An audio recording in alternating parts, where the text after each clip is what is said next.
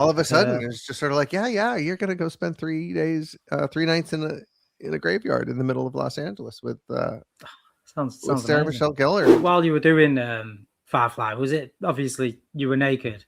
Were you actually fully naked, or were you just like? Oh Did you no. have some? Were you just Well, they right? have a little genital cup, which is this little flesh-colored fabric thing, and boy, that's it's like even worse. Like being nude would be one thing, but like having like your junk shoved into a tiny little Like flesh-colored a yeah. nylon pocket. And it was a cold set, man. I couldn't see a thing.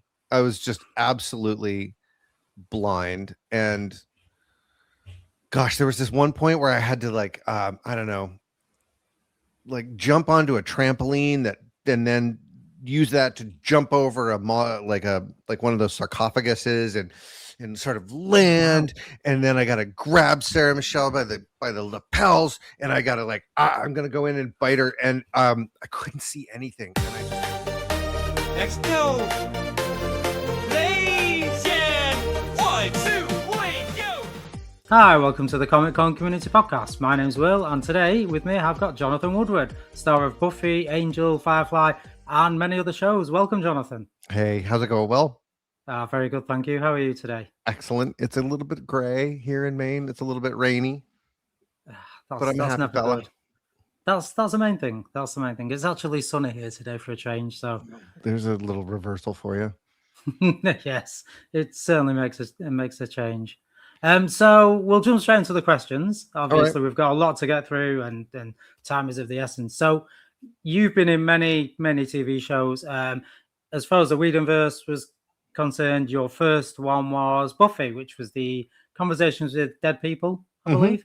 Yeah. Excellent. And you played Holden, the dead school friend of Buffy. I love playing dead people. It's just such a common refrain. Yes, Holden Webster went to high school with Buffy. They worked on Pippin together. I think, if I remember the script right, I Yes, dropped a correct. light board on her foot or something. Yes, Something like that. Yeah, you were trying to remind her who you were, and you're like, remember, I dropped the. She was like, oh yes, Holden, yeah. So how did that come about? Was there an audition process for that, or did you kind of know somebody on the set? Nope, that was a straight up audition. I had sort of been living, just sort of moved to LA, and was auditioning like a madman, as you do, just sort of driving all over Tarnation. Like that felt like the job at the time, was just going audition to audition to audition, and it was really fun. And I remember really not knowing what to make of the Buffy audition. So I ended up, it was a different time.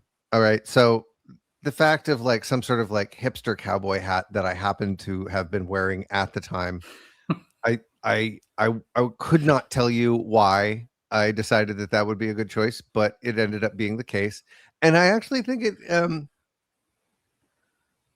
don't know, it helped. It was just the most ridiculous thing to wear. I wish I could say that it's not true, that I wasn't wearing some sort of straw cowboy hat, like a Christian Kane style cowboy hat for this audition. But there I was. And I think just the ridiculousness of that, like, gave me just like a little bit,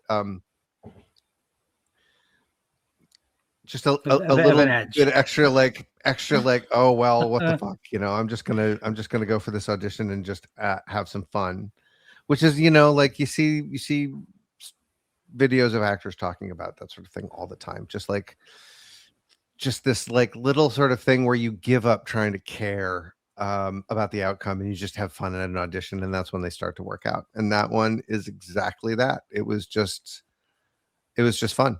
And that doesn't always happen. It's easy to get in your head in those things. And you weren't expecting to hear back from that one, probably because you'd gone in just kind of like blasé and with your hat on, and my hat on, just be like, all right, I'm just gonna go here and say this stuff, and then just do it. All of a sudden it's just sort of like, yeah, you're gonna go spend 3 nights in a graveyard in the middle of Los Angeles with sounds Sarah Michelle Gellar, and just chat. And it was I'd done some guest star stuff here and there, but this one was like the first like real character. It was cool. It was really cool. It was a really fun time. Something you could make your own, I suppose, wasn't it? Because Yeah, it was the key part of that episode, the whole episode, wasn't it? It was 1/3. There were 2 other tracks. I think the episode was written the way it was because I think like everybody had conflicts that week of the main cast. They all had like places they had to be or things, and nobody could get together. And so, if I'm not mistaken, I believe the conceit of the episode had a lot to do with writing 3 storylines where nobody in the main cast had to interact with anybody else in the main cast because nobody was available. So they wrote these 3 other kinds of storylines and smushed them all together. And it worked because you had Willow was in the library. Yep. And then Dawn was at the house. Dawn was at the house, and Buffy was in the graveyard with little old me. I mean, obviously, I've rewatched this recently because my memory is not that good. Speaking 20 years ago now. So, but yeah, I watched it again. It was a minute ago. It was fantastic. It was still great to watch. Really that's awesome. It was. And then, so from Buffy, you moved on you did 1 episode of Firefly. Yeah, they were making Firefly just then, and just sort of like, I don't know, who can see into Joss's mind, but I believe like he was really pouring a lot of love and a lot of himself and with Tim into Firefly, and it's the first time it had ever happened to me that they just sort of like asked me to do a role without auditioning, and it just feels like $1 million when that happens. I never really got a lot of that, but that was one that just killed me. It was so cool. Like just to have, like we don't have the script yet, but we really want you to be this guy. Here's some of the script that we've written so far. Do this. What did you think when you read it? Were you like, this sounds amazing? Or were you a bit like, meh? It was totally amazing. Nobody ever hired me to be. I was always like, like more like Angel, like lab coat guy. I was always lab coat guy. Never a guy with like a space gun. They never put a space gun. I was never Han Solo. I was always, the nerd in the lab coat and the sort of like, ugly dentist shirt. I remember that shirt from Angel. That was a funny shirt. Oh, you were dead, of course, in Buffy. That's true. Yeah. I meant to ask as well, going back to Buffy, how was the prosthetics? Is that the first time that you'd ever had those on? And was it like a terrible process? No, it was fun. It was neat. It sort of like felt super well, it's really exciting when there's sort of stuff like that, like they send you to I forget his name. He had done everything for Buffy. So like you go to the studios and they, they cast your face and they make it specially for you and, mold the teeth and get all the things together. And it was just a real neat process to get plugged in on stuff like that. Like, as I said, like, like usually I'm the guy with a lab coat and nerdy glasses. Yeah. So this was something more interesting than just like, like a costume from JCPenney. And it was like, oh, you got the prosthetics and there's sort of some contact lenses that are cool. And we got the teeth, it makes the whole thing a lot more interesting. I don't think Andy Hallett would have said it quite like that, but I bet he probably enjoyed it at the beginning, but after I think the so much, 400th episode of 9 hours in the makeup chair probably gets a little old. Yeah, just a bit. A bit. And how was it wearing that? I mean, could you see your apples? Obviously, those contact I couldn't see a thing. I mean, I have terrible vision, and so, I mean, they say that you can piggyback those contacts over some regular contacts. I didn't do that. I just wore the contacts, and I couldn't see a thing. I was just absolutely blind, and gosh, there was this one point where I had to like, I don't know, like jump onto a trampoline and then use that to jump over like one of those sarcophaguses and sort of land. And then I got to grab Sarah Michelle by the lapels, and I got to like, I'm going to go in and bite her. And I couldn't see anything. And I just ended up with like 2 handfuls of like Sarah Michelle. And she just burst out laughing. And I still didn't really even know what I had done. But luckily it was funny to her. Yeah, that could have gone so wrong. It could have gone. So did you have to have some kind of training for that? Because obviously it was quite an intense fight scene. Well, throughout the whole episode, there was a lot of to and fro in, and it started as a fight, and then it wasn't, and then it was again, and then it wasn't. Did you have training for that, or was it just like winging it? No. They're like, kick like this here, and then you watch the stunt guy do it, and then you're like, okay, I can do that. And then they use just like these great camera angles to make it seem as though you like have some really good kung fu. But no, I had absolutely no training for that. Well, it doesn't show. It really doesn't. It looks like you knew exactly. You what are you were kind, doing. but that's creative camera work, is what that is, my friend. And it was quite dark. Obviously, it's in in a crypt in the middle of the night, so there wasn't a lot of lighting. But no, it was really good. In my youth, I was that flexible for sure. Yeah, back in the day. Don't try anything like that nowadays. Though. No, that would hurt a lot.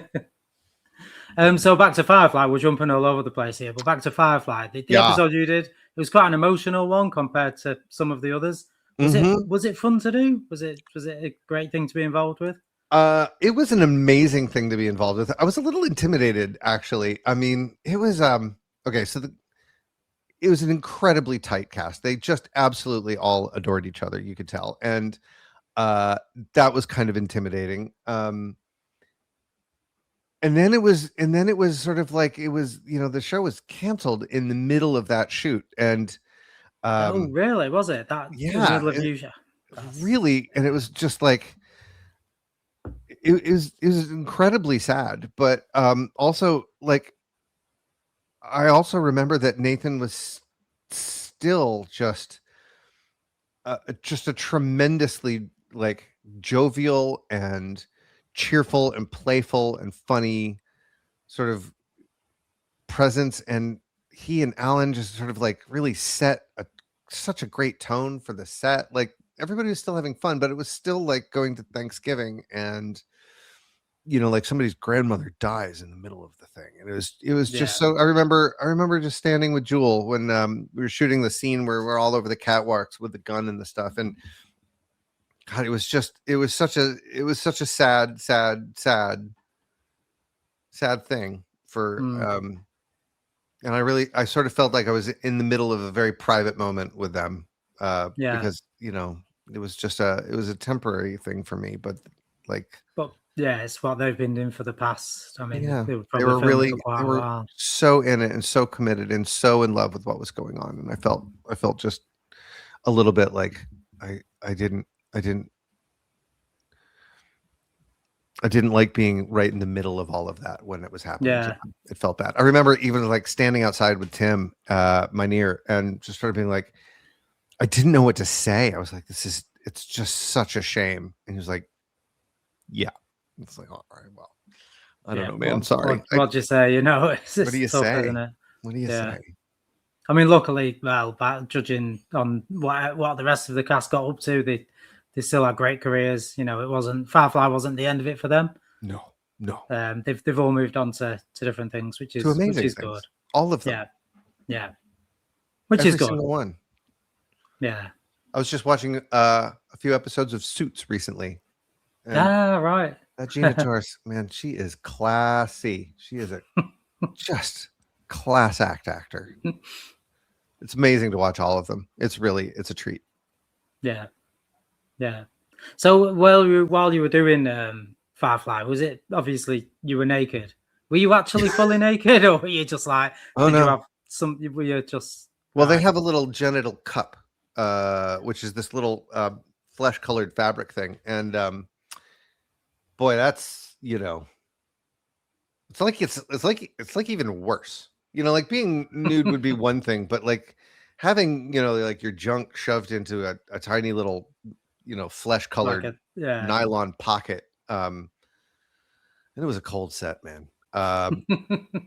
Blame the weather. And then like between every take, they run up to you with this bathrobe. So in addition to being like naked for parts of the thing, then you have this experience of taking the bathrobe off and getting naked over and over and over again. So it's not just sort of like you know, like you're just naked and you can just hang out. You actually have to take your clothes off like 10 times. And I found that to be the worst part. Is that just like the actual taking off of the robe over and over and over again. Here we go again. Yeah, it's like Groundhog Day. Every time you take it off, it's like, oh, no, not again. Here we go again. Great. Probably. And was it weird, everybody else being Buffy. fully dressed and you're like naked? Was that just bizarre? I mean, yeah.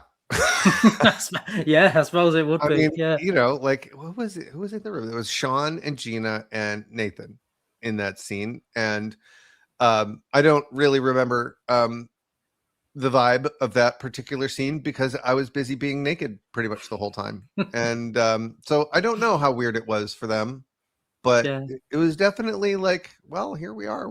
I think, if I'm not mistaken, they also did that part. They shot that part like right at the beginning before you know anybody. Oh, really? Wow. Yeah. Hi, I'm the new naked guy. Yeah, I'm the new naked guy. And then there's this part where like, you know, like you know, the shot where it's from the side and Nathan's sitting on me and then Gina's up and back this way. And I remember the other like irritating part being having to get up off of the floor every time. And it's sort of like, how do I get up off the floor without like, how do you stand up off of the floor without like showing your butthole to everybody on the set? Without rolling over onto your hands and knees.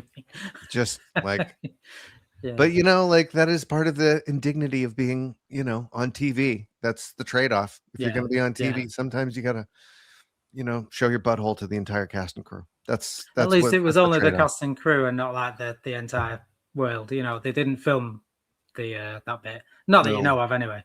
There might be a bloopers episode somewhere, but they're holding on to that for the, you know, for the 25th anniversary of Firefly. Yeah, because look forward to it. That's the thing that everybody is dying to see for some of that backstage work. Is that, you know, that day player guy, that one guest star, the dead guy in the box. I hope we get to see his butt again. Oh, brilliant! Absolutely brilliant. So the ship that you were on, the Serenity ship, yes, was that amazing? Was it as good as it looks? Do you mean this ship? Oh yes, that's the one. I got this 3D model and book online a while back, and I haven't built it yet, but I loved that ship. That was cool. There were two certainly parts. Looked it. Man, I want to build this thing. All right, I'm going to put that aside because that'll distract me. But the ship was totally great. The ship was. I loved the fact that the ship was built there. I don't know what I thought they would do. Like sometimes, you know, like they build sets and they're just discrete rooms in different places, but they just sort of built the whole ship so you could, you know, like a camera in and out and run all the way through it, and that was rad. And was it actually? Were all the rooms actually as you see it? Was it like being on the actual ship? You know, when you were there, was it laid out? Right, crazy. I mean, it was normally as far as I can remember, like a few rooms dotted in different studios. Well, I mean, like, you know how you go down into the little cabins where all of the people sleep? Those rooms weren't actually down below. Those were in other, I think, gosh, I don't know. It was a long time ago, but I do remember like feeling like it's like being on a ship, and it was really neat. It's such a special thing. Making movies is the best thing in the world. I miss that. I miss that a lot. Yeah. It's cool. Yeah. It's good memories though. You know, it's good things to look back on. Yeah. For sure. And had you watched Firefly before you were in it? Was it already being aired at that point, or no? It was brand new. I hadn't seen it before. Right. And you know, it was way back in the dark ages when you had to catch something on TV to see it. Yeah. I remember those days. Yep. We used to dash home to watch Buffy every week, you know, because we knew it was on at this time on this day, and got to catch it. Otherwise, you know, you got to wait for next week for the rerun. Yeah, that's it. So then after Firefly, you of course moved on to Angel, which was the biggest of the three for you. Yeah. You were in 7 episodes in the final season 5. And 1 episode at the very end of season 4. Yes, sorry, I remember 6 that in because season it was 5 like, and 1 at season 4. Yes. Yeah, because like didn't know that the character was coming back for season 5, but when they sort of had me on for this one episode to be this, you know, the guy in the lab coat at the end of season 4, and did not know that that was going to turn into a lot of fun the next year. But you know, like, can't ever commit to those things too far in advance. You never know how it's going to end up being written out. But it was cool to be a part of a longer arc for a season. That was real special to get brought in, especially for, you know, like, to wrap up the series like that and to be a part of the storyline. You know, like, you never see a bad guy actually get to complete the mission of destroying a main character. That's kind of, it's rare. Yeah, that's pretty rare. Always you know, the big evil plot always gets foiled, but not in this case. And did you get a lot of backlash for that off the public? Oh yeah, man. Did anybody go, "You killed Fred"? Everybody always, you didn't kill her, but you know, you killed Fred. Yes. And my answer is always the same. I would always just say she totally deserved it. Of course, I killed her. Such a in beloved character, of course. In character. Yeah. Oh yeah. That was cool. More prosthetics, more interesting, like chest gnarly prosthetics that were sort of, it looked really realistic, and I liked that. But that was some more chest hair shaving, so you know, like, that's itchy quality. Not pleasant. No. Do you think if they'd have made a season 6 of Angel, would they have brought Fred back? Or do you think? No, I think she was Illyria from that point. There was no way back. No way back for her. And I think somewhere around here in the bookshelf there's the comic book that sort of like that was the parallel to the television show. I believe, if I'm not mistaken, I heard 2 guys on the subway once talking about like how the comic book picks up where the television show ended. And these 2 guys it was the coolest thing. They were talking about the end of Angel, and it was really neat. And I so wanted to tell them, dude, that was me. And of course, that's so bratty and stupid and gross, and I didn't. But it was neat hearing really them talk about like the end of Angel and how excited they were that Angel was carrying on in the comic book afterwards. That was cool. I liked that. I think they'd have been really happy if you had have gone, "Oh, that was me." They'd have been like, "Wow, this is like probably one of the best days of their lives." But you know, it's okay. Plus, it would be amazing if, you know, to meet somebody off your favorite TV show. Yeah, and obviously they were big fans. You know, that was New York. That sort of thing happens all the time. You know, you see. Oh, does it? Far more famous actors than little old JW wandering around on the subways. You're so modest. You're so modest. Also back in the day when obviously Buffy and Angel was quite big, Star Fury used to do a lot of conventions around the UK. I actually went to one of them. I met a bunch of casts. There was like so many people there. And Andy Hallett was there. Great, Andy Hallett with the makeup on. Yeah, mm-hmm. and he was just so energetic. Was he like that off camera, or was it just like? Because when he was, you know, when he came over and he had the full makeup on, obviously, but he was just like, it was a mile a minute, and he was just so funny and just a great guy. He was definitely just larger than life fella. I didn't know him as well as other cast members did, obviously. And by that time, like, he had been in and out of that makeup so many times. I think it was beginning to be a little bit of a burden for him, like getting in and out on set. But I just remember he just, you know, larger than life personality and such a great, happy fella. Just an utterly beloved character, and you know, both as a character as Lauren and also the character of Andy Hallett. He's great. Yeah, sadly missed. And he probably had longer days than everybody else because he probably had to be there earlier to get his makeup done and stay later to get it removed. Hours and hours and hours and hours. That can't have been easy. Yeah. He was a good friend with Sean Harry. Sean Harry, who runs Star Fury. I miss Sean Harry. I wish I saw more of him. usually got to go to like at least a Star Fury event a year, Yeah. where we'd see everybody, and it's always such a nice like reunion. It was really cool. And that's where I met Andy and hung out with him, like more as a guy rather than as like an actor working, That's- where he's just very yeah. distracted and everybody's got stuff to do and lines to learn and performances to give and that sort of thing. Well, Sean does do events across the UK. So Sean, Harry, if you're watching this, bring Jonathan over to the UK. Get him at one of the he'll always if he needs me. it will be great to get you over here though, and we could come and meet up and can get your autograph and get a selfie taken with you. That'd be amazing. Absolutely. And we'll play Seven Wonders.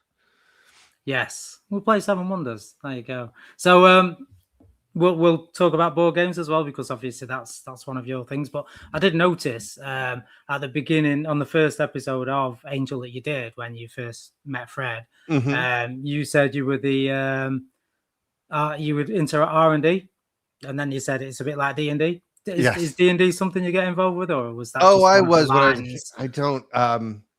I tried to start back up into it, and I didn't like the gang that I was with, and then it got very sophisticated, and I was just not up to it at a certain point. It was really fun, and I wish I could get back into it. But you know what? I did.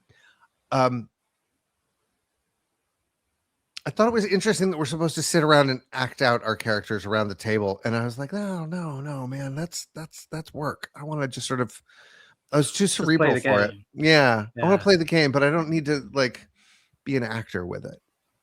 Yeah. I don't know. I've run a couple, but oh, you do? I've run a couple, and we don't do role playing. We just roll the dice, kill the monsters, solve the puzzles, go on adventures. But there's no role playing. There's no role playing. No, and then it's down to each party's preference. If some parties love it, some parties don't, and mine don't, and that works. I'm happy to do whichever. Yeah. Oh, I miss it though. I love a good game. I don't have as many games in my life as I used to. I play outside games a lot now. I've been growing things like a madman recently. I don't really know why. What have you grown? I've been really growing tiny trees. I've been fascinated with bonsai recently, and for the past year, I have just been attacking all of these trees and just cutting them into little bits and stringing them up with wire and snipping and potting, and it's slightly obsessive, but it's a lot of fun. It's supposed to be quite relaxing as well. Is it relaxing? Does it take your mind off things? I think that's what you need. Yeah, just something that you can get outside too, because I sit in front of this, whole life is spent sitting in front of rectangles with talking to people, such as yourself. Just like this. Yeah, just like this. But I gotta get out. I gotta get outdoors more now.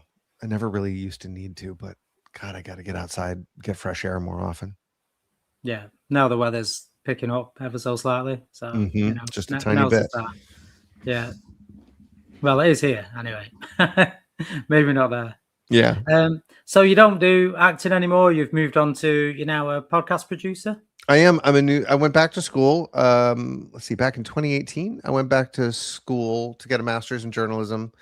Before that, I had been working in public radio as a producer for 5 years or so. I had started to just make this transition into to wanting to work in news. I really started to feel like I wanted to do something that was more in the world rather than like talking about the world.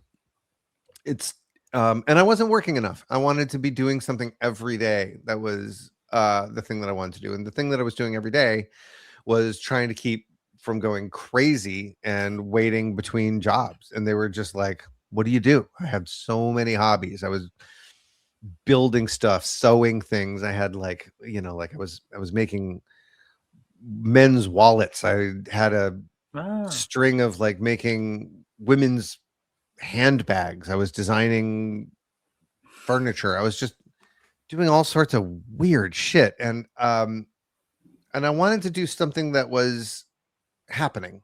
like you audition to be like like a dentist or a lawyer of some kind, and then you sort of like put on the clothes and you put on the thing and you pretend to be a lawyer. And then I just started thinking about, there are people that get to go and be a lawyer every day. They get to do something. Mm, And it was too late for me to feel like I could go back to school and go be a lawyer, although I really liked the idea of government. But then I sort of stumbled on public radio and, Radio 4 style stuff, like audio documentary, and I really just loved that. And after sort of producing audio at a radio station for 4 years and doing news, I wanted to go and learn about the journalism more officially. So I went and got a master's in public got a media master's. journalism, and then that was sort of like got done in 2019, and there were fewer and fewer jobs because of a pandemic. So I started a little production company and started making podcasts for people, and then joined a newsroom, and I'm the head of audio for them now. So Right. I still have an agent. I still hear from them from time to time, and the Screen Actors Guild wants some dues money, which I have a hard time feeling like I really want to pay them money for dues. But I don't think I could ever just say I'm not an actor. I always thought that maybe in retirement, like when I was growing up as as an actor in New York and in LA as a young guy, like you would go in for these auditions to be guest stars and stuff, and there would be like 17 guys that look sort of like me, and then there would be like other roles, and sometimes you would see these old codgers and they'd all be like 75 and they're auditioning to be the old guy in the thing, and they were all retired from like either that or they were just these character actors who was older than dirt, and they've been doing it for years, and it looked like a cool life to just be sort of an old feller going back to auditioning just to be the old guy in this cops show and the old guy in this lawyer show. Just that's, I think, a thing I'd like to get back to after I'm done with all of the journalism, and I want to just You think you'll wander around auditioning for things in a cowboy hat again. Are you with your cowboy hat? Yeah. Have you still got the cowboy hat? I don't. God knows what happened to that thing. Somebody probably just a lucky hat. Took it off my head and just like refused to let me have it back. That would have been the kind thing to do. That's a shame. It might have been. Never mind. Never mind. That's fine. Are you currently auditioning for anything, or are you open to work if people approach you, or are you focusing on auditions really like crop up here and there, but it's of course, I don't think anybody ever stops really being an actor. It is such a complete joy, and it is such a privilege and so awesome that I would never say no. Never. But got to put your time and energy into something that like I just can't. I was just a caged beast, not being able to go to work every single day. I have to have something to do, and there just there weren't enough jobs in the world that could satisfy me. So I had to pick up something else that would let me stay busy. Yeah. We've had quite a few actors and actresses on the podcast, and that's one thing we hear is that it's you go to so many auditions, but you might only get a handful of them, and you just spend your time audition, and you kind of do them and forget about them, and then you might hear back 6 weeks later, and you don't even remember what you've auditioned for, and it can be quite tough, It's tough, because like you can't. I remember those times. Like I would tell my dad, like, oh yeah, I had an audition today, and they would always be like calling the next day, be like, well, what happened with that audition? And you just be like, well, I really like to forget about the auditions after they've happened, because you can't sit around and just sort of hope, like that emotional state will just tear you up. So you give the audition and just try and pretend it never happened. Just move on. Just move on. Yep. Yeah. So in terms of Comic Cons, do you attend many Comic Cons as a guest or just as yourself? Oh, did for a real long time, but not so much anymore. I mean, the show is older. There are new shows, there are new fandoms, there are new like things happening in the world. It's not the, there's not a lot of call for it these days. And, always love to go and hang out with people who loved the show. I love watching the show. I love remembering the show. It's a lot of fun. But haven't been to one in a little while. I'm sure that'll happen again someday. Yeah. You have a cute little community one, right? You were telling me we when do, were talking yeah. offline. Tell me about yours. I would love to see your little neighborhood Comic-Con. Yeah, That yeah. sounds So ours is adorable. based in the northwest of Blackpool, northwest of England, near Blackpool. Oh, So- nearby. What town? Yeah, well, the first one we did was in Fleetwood, which is just north of Blackpool. It's literally just up the road. Fleetwood. Fleetwood Comic-Con? Yeah. So that was our first one last year. We're a CIC, so we're a not-for-profit. None of us get paid for Fleetwood it. Community Comic-Con. That's the one. And if you're on the website, I made that as well. One of my Here many you are. talents. Look at this. This is great. Yeah. So it was a great event. We had 2,500 people turn up, and we had cosplayers, and I was there running the board games, of course, because that's my thing. And we had a horror zone, and we had some guests there. Fantastic! Look at this. It was great. Great. It was really good. And then we've got another one due this year, 2nd of August, and that's in Lytham, which is to the south of Blackpool. So we're kind of skipping over Blackpool. We've gone from Fleetwood at the top to Lytham at the bottom. There was one, oddly enough, at Norbury Castle a few weeks ago, run by a different company. And it was weird because whenever I've been to Norbury Castle in that big room, it's always been really dark. But for the first time ever, I've been in and all the lights were on and it just looked completely different. It was because, I go there every year for this Play Expo, which is like a retro video games thing. And it's always very dark in there with lots of lights around the edges. But seeing the building with the lights on, it was just weird. That's true. Yeah, it was. God, I remember that Blackpool event that I went to. It was like I was talking to a guy in the bathroom. It was I think it was definitely for Firefly. I think he had a Firefly outfit on, and he showed me his handgun that he had. And then I was looking at it, and the damn thing went off. It had a live, like, blank round in it, and it shot in the bathroom. Like that guy was asked to leave the Comic-Con rather quickly after that. But like, yeah, crazy. What the fuck is this guy doing? I mean, like, you can't have a gun at a Comic-Con in England. No. Who has a gun? Nobody. A gun that shoots blanks in England. That is just ridiculous.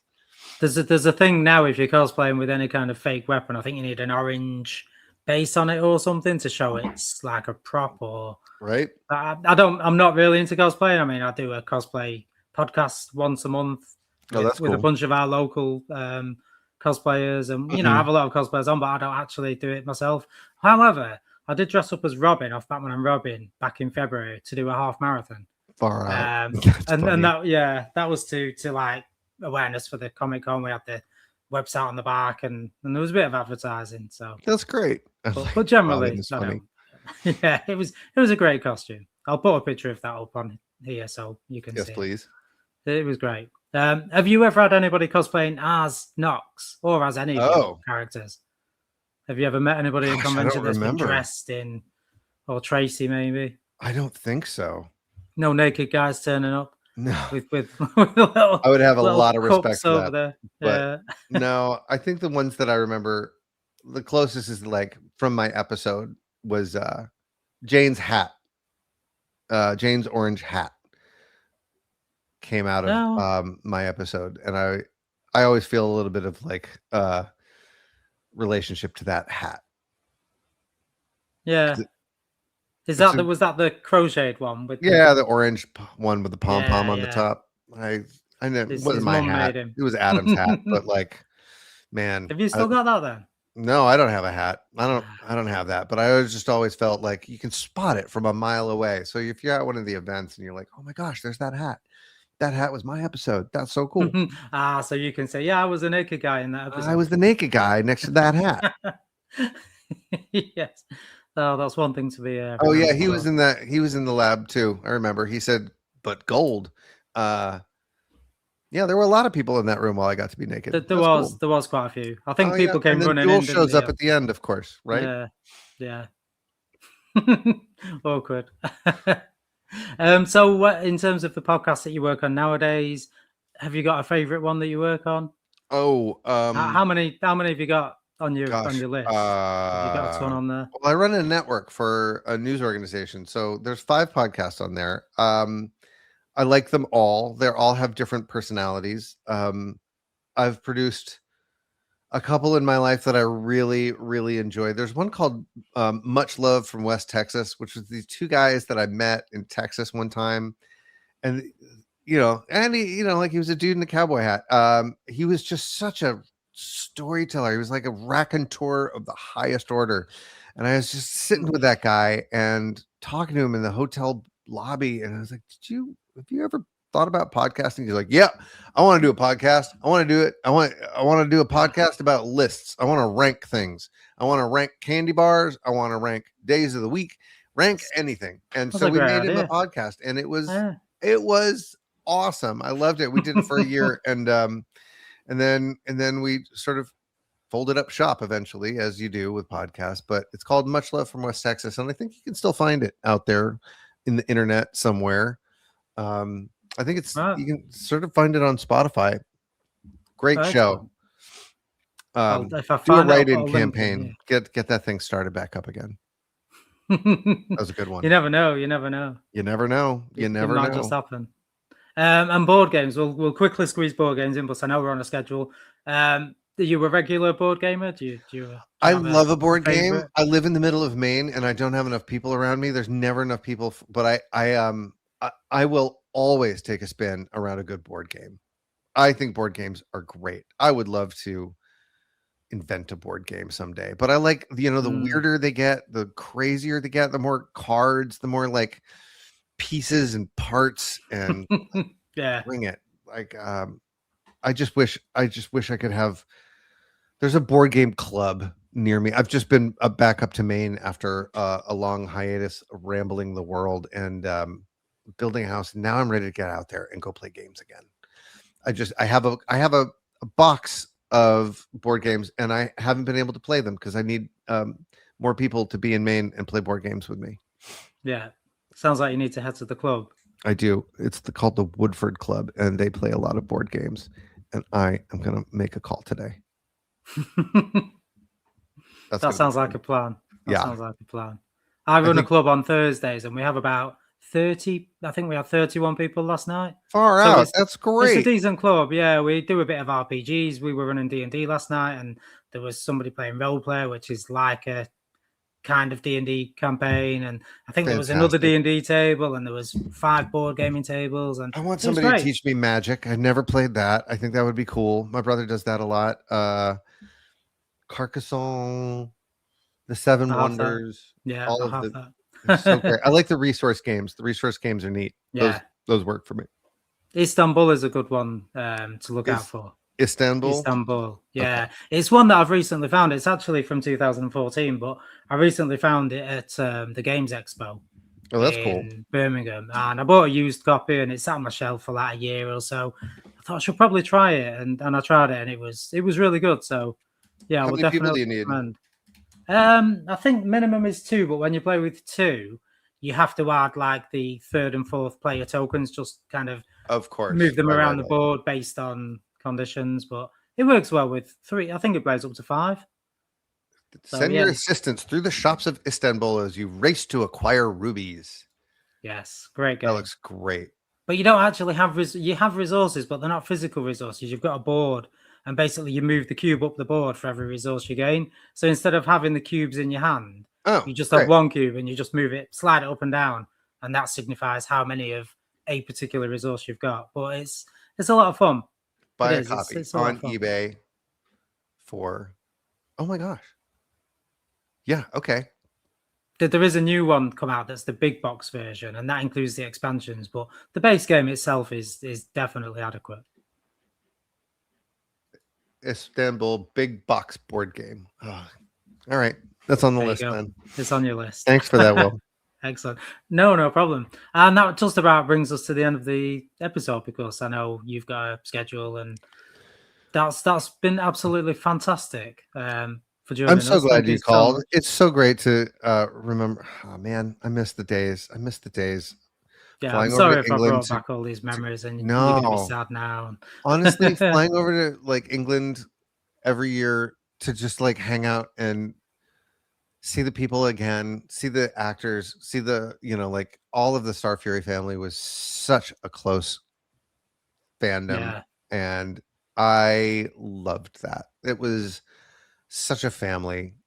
Every single year just knew that there was like just the warmest, kindest, mm, happiest group of people just waiting there to just, enjoy each other's company. And a lot of the times it just felt like, the shows and like it felt like we were just an excuse to get all of those good people together so that they could just relax and hang out. And yeah, bunch of you know, like-minded people with yeah, we all love the shows.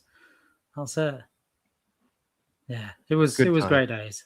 It was. I'm glad you called. It's great to think about him again. Yeah, it was. And I'll try and add as many pictures as I can to the podcast so the viewers can Awesome. see what it was like back in the day, but I won't include the one of you naked in the Firefly, don't worry. Go ahead. You can see it on Amazon Prime. Why not? This is true. Yeah, this is true. But thank you very much for joining us, and I wish you all the best for the future. Thank you, Will. You take care. Thank you very much. Cheers. Thank you. Cheers.